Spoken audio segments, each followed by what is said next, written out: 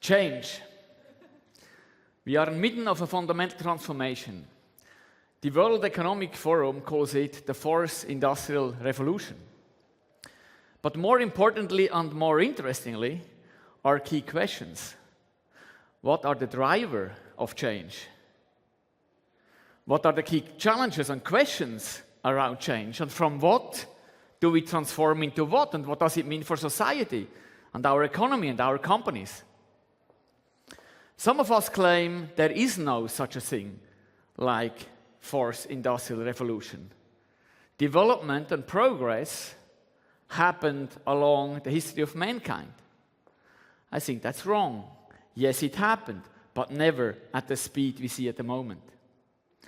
All of us changed, and all of us here in the room changed at a higher speed that our moms and dad changed at our age. And I would like to make a quick test with you guys. Can I ask you to take your cell phones out? Normally people ask you to keep it away. Can I ask you to activate your cell phones? To put your PIN code in? Please do. Ready? So now I ask you to hand over your cell phone to your neighbor to your right. Please do.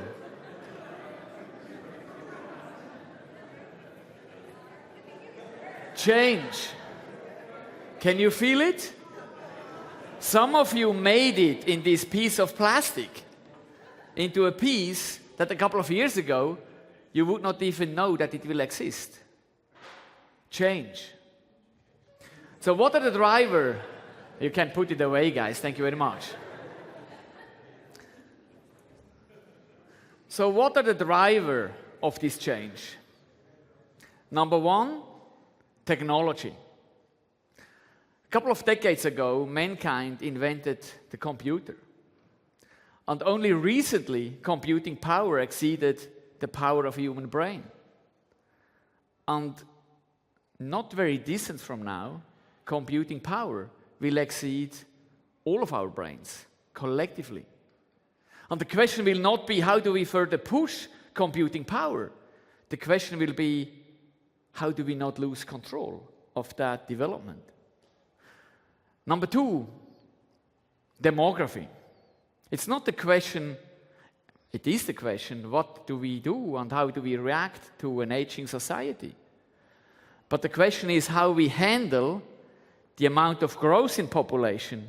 We have never seen a growing population as we see at the moment, in absolute numbers. We might be too many before long. Globalization. Everything will be connected to everything before long. Everybody will be connected to everybody before long. But more interestingly, things will be connected to your body and vice versa. So what are the key questions and challenges? We call it VUCA. Volatility, uncertainty, complexity, and ambiguity. Volatility and uncertainty. It's impossible to predict the future. It is possible to shape the future.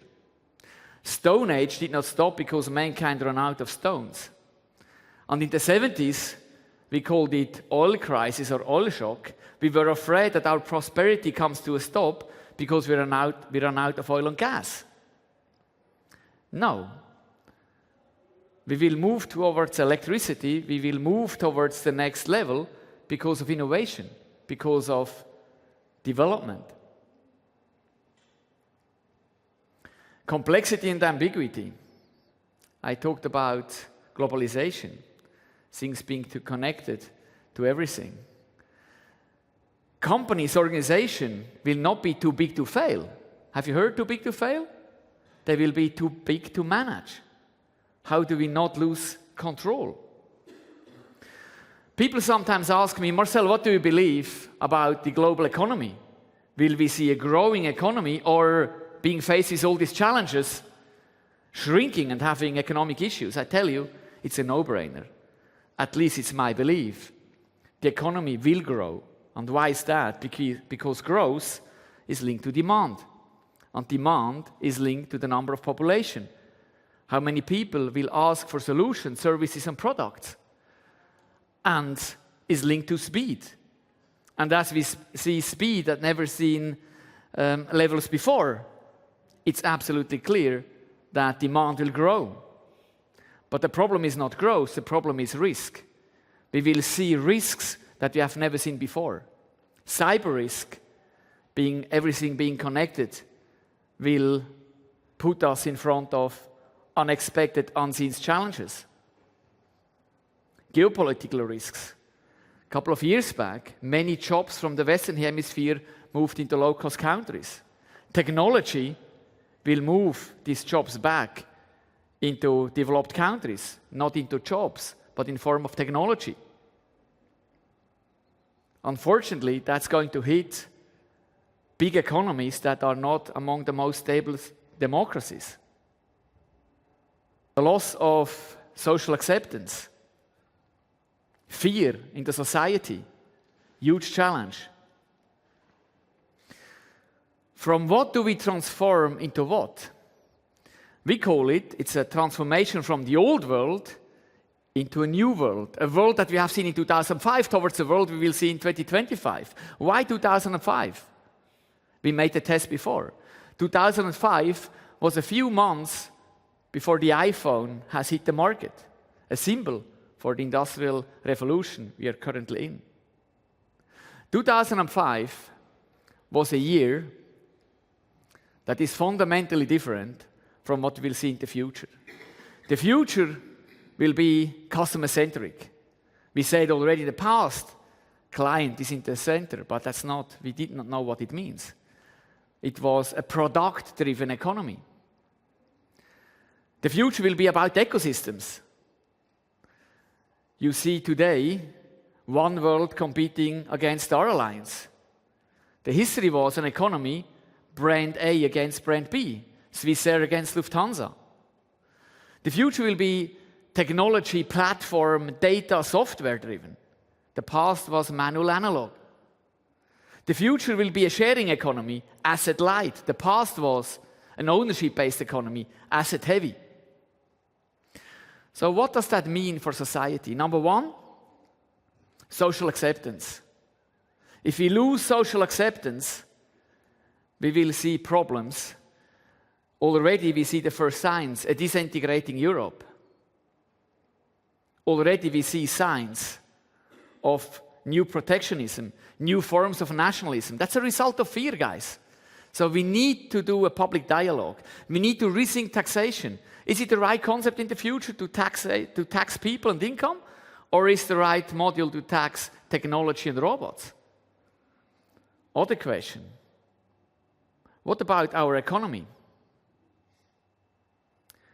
How can we assure prosperity? How can we make sure we do not build up other barriers?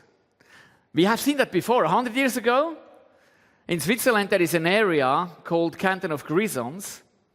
And the Canton of Grisons 100 years ago was afraid of unemployment. I think we have heard that. Because something was invented called the car. And they had a lot of, carriage drivers. And they were afraid of these carriage drivers going out of jobs. And so they put in a protection. They said, you know what, if you arrive with your car in front of the border of Canton of Grisons, you need to turn off your engine and we attach two horses to your bumper and that will bring you over our territory. It was not very sustainable. Education. Education is at the heart of the prosperity of the future. This country, this continent, this planet. It's not made up, guys. I have 3 kids. And it's yesterday that I joined my daughter to visit the school. And you know what? The timetable and the content of the education plan was very similar to mine 30 years ago. Unacceptable. Other aspects, innovation. This country and many other places are leading innovation, but we don't finance it. We are short on venture capital. We need to make sure capital follows innovation. Infrastructure. The future will be about infrastructure. And in an asset-light world, infrastructure will no longer be provided by companies. It will need to be provided by societies. And we need to drive that, like 5G and other aspects. So, what does it mean for corporates? 5 things. CEOs and the leadership team, in order to transform successful operating models and business models into successful operating models in the new world, 2025 and beyond, number one, we need to rethink our strategy. We need to rethink what it means to transform our business into a customer-centric, ecosystem-based environment, into a technology-based, database, software-focused environment, ready for a sharing, light asset environment. Number two, we need to reorganize operating model. We need to increase automation because margin of all our business will go south. We need to integrate support functions. The future will not be siloed. Number four, we need to rethink the IT architecture. We need to rethink data. Data in the digital future is king.